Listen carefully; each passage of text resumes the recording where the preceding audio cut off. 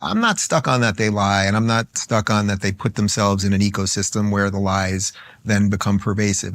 I'm stuck on the other part. Like, you're going to Obama knows he's going to get caught. YouTube knows that they're going to get called out for the algorithmic tricks. And yet they still do it. And that shows YouTube took down the first interview I did with RFK during the presidential election. They took it down. I thought the Democrats were screeching for months about Russian collusion and election interference, and yet you're willing to censor an actual presidential candidate with an actual 2-hour interview, and somehow that's okay. It's funny you say the Democrats, and you're talking about YouTube, and that shows that shows you the connection between these things, right? So that is what drove us all together. So that's another thing to point out too. When the Democrats are carping about not having access to this new media, it's like, well, all the YouTube censors, let's point out, are on your side, and you bloody well had Twitter too until Musk took it over. Jordan, I don't know what year it was, 2019 maybe. There was a cover story on Sunday New York Times with me, you, Thomas Sowell, Milton Friedman, I think Tim Pool, a couple other people, that we were the YouTube leaders of the alt-right, and they did an entire multi-page piece about how the YouTube algorithms were driving people to the right. Yeah. Think how absolutely bananas that is. Right. Now in retrospect, they had the entire machine. They used it against all of us while telling us that we were the ones using them, in essence. Mm-hmm. And I guess they got their comeuppance, and that's the beautiful part of this. Yeah, well, thank God for free speech. That's for sure. Yeah. That's why we're happy to have you in America, because it's not going so well up in your country. Yeah, that's for sure, man. The liberals up there. Well, so here's something interesting, I guess, insofar as Canadian politics is interesting, but the world is such now and so upside down that even Canadian politics has become interesting. It's like, oh, that's not good. And so Stephen Guilbeault, who's the Minister of Environment, who's been waging war against the resource economy in Canada, which is, by the way, the economy in Canada. Right. And he declared a week and a half ago publicly that he was a socialist. And I thought, French-Canadian socialist, and I thought, you son of a bitch, there's a socialist party in Canada. That's the NDP. It's like, what the hell are you doing in the Liberal Party, which was a centrist party, like the centrist Democrats forever, and the Natural Governing Party of Canada? It's like the progressives just invaded it. They didn't care that it was a complete bloody lie, that they had taken over the Liberal Party and turned it into left of the Socialist Party, actually. And now they're proclaiming that outright. So what does that tell you about the psychological, what I would say is weakness, but maybe I want to hear your adjective on that, of the good liberal? The good liberal who allowed all of this to come in. Yep, this is a compassion issue? Well, as a spouse, a parent, or a leader, people count on you. But if you're constantly tired, unfocused, and just not feeling like yourself, how can you show up the way they need you to? That's where Merrick Health comes in. Merrick is a premier health optimization platform that uses comprehensive lab work, not guesswork, to uncover what's really going on in your body. Hormones, thyroid inflammation, nutrient levels, the markers that matter.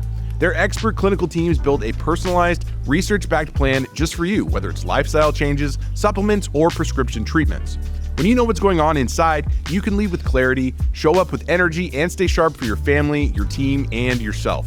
Head over to merrickhealth.com and use code Peterson for 10% off to join their guided optimization program with your personal medical team. That's merrickhealth.com, code Peterson. Stop guessing, start leading, and start with Merrick Health.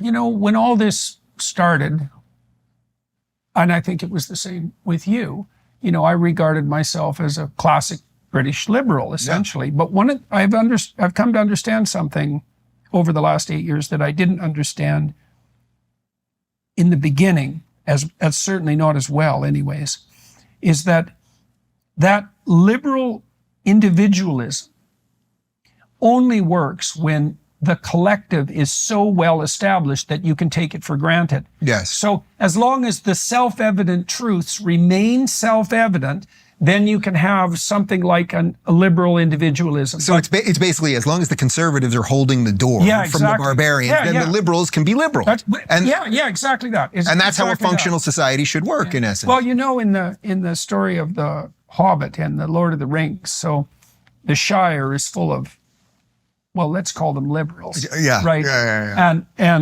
And They're all these smoking hobbits. some stuff. Yeah, they're hobbits, and they're all Yeah. pursuing their own thing, and they think their little kingdom is everything. But, the borders are protected by the Striders. Aragorn is one of them, and it turns out that he's the descendant of ancient kings. And that's exactly right. It's like, as long as the perimeters are defended by the descendants of ancient kings, then there can be freedom inside the walls. And so, I've been criticized, the more public books I've written have been criticized for, what would you say, making a case out of the self-evident. But we are at a point where the self-evident is no longer self-evident and needs to be explained and defended. And that's actually, what would you say, that's what's turned me into a conservative to the degree that I am a conservative. It's like, well, all these things that are self-evident have to be restated and also explained. Right. You wouldn't have had to have written 12 Rules for Life had the system been operating properly. Right. That's the point. You would think in the year 2000, when you wrote it, 2017, 16, whatever it was, that had the world actually been operating as it should have with all the advancements of humanity, it would not be necessary to say things that are just, why would you pet a cat when you walk by it? Well, there's a reason. There's actually a reason. You remember wait, I'll tell you a funny story in a sec. But, Douglas, the line on this about the walls that Douglas has that I love this. And he said this years ago, was that one day the barbarians will be at the gate and we'll be debating what gender pronouns to call them. And I think that's what happened to the liberals. They saw the chaos, and instead of confronting it as the conservatives, and we can do the conservative version of this where their weak spots are too, obviously, but instead of confronting what was going on, how good they had it, they decided to just, we'll let the crazy people just keep running around. And then, the guy's trying to hold the door, and we'll just sort of chisel at his Achilles heel a little bit by not defending him. And we'll kind of call him racist too. Or when other people call him racist and he's not really racist, we won't say anything. And I think that that's really what's happened here. It was sort of like, when they took Alex Jones out originally. I had done Alex Jones' show one time. It's the only time we ever spoke publicly. I remember I said a little something on Twitter, but I was just like, I don't know how close I want to get to this thing. It's all crazy. We all have certain pressure points that we deal with and how much heat you want to take and everything else.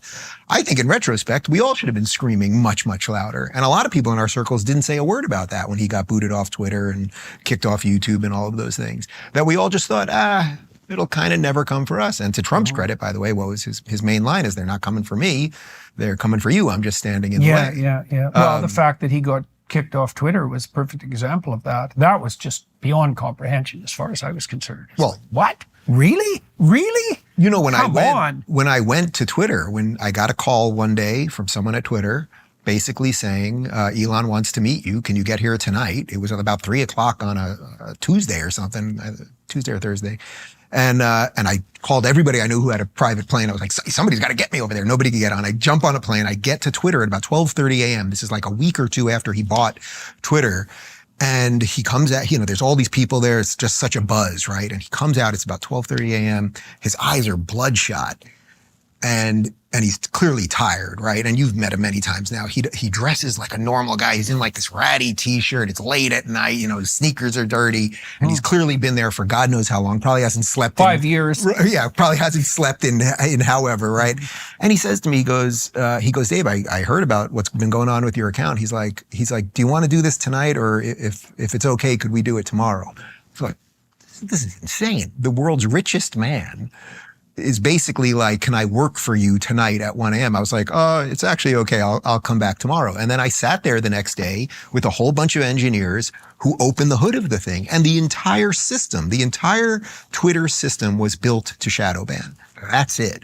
Everything under the hood of Twitter was built to put filters and tags, and you said this, so now you can't see this, or you connected with that person, so now you can't connect with this person. The entire system was built that way. So Jack Dorsey, who was the CEO for much of it, he testified under oath that they do not shadow ban, but the whole freaking system was built that way. Now, he probably legally didn't get in trouble because shadow ban is not a technical term, and he may have, been, I think he was just playing with the words there. But the point is, there was an entire system basically built to silence a certain set of people and promote another set of people. And now, it didn't work. And it didn't work. So how cool is that? And that's where we're at right now.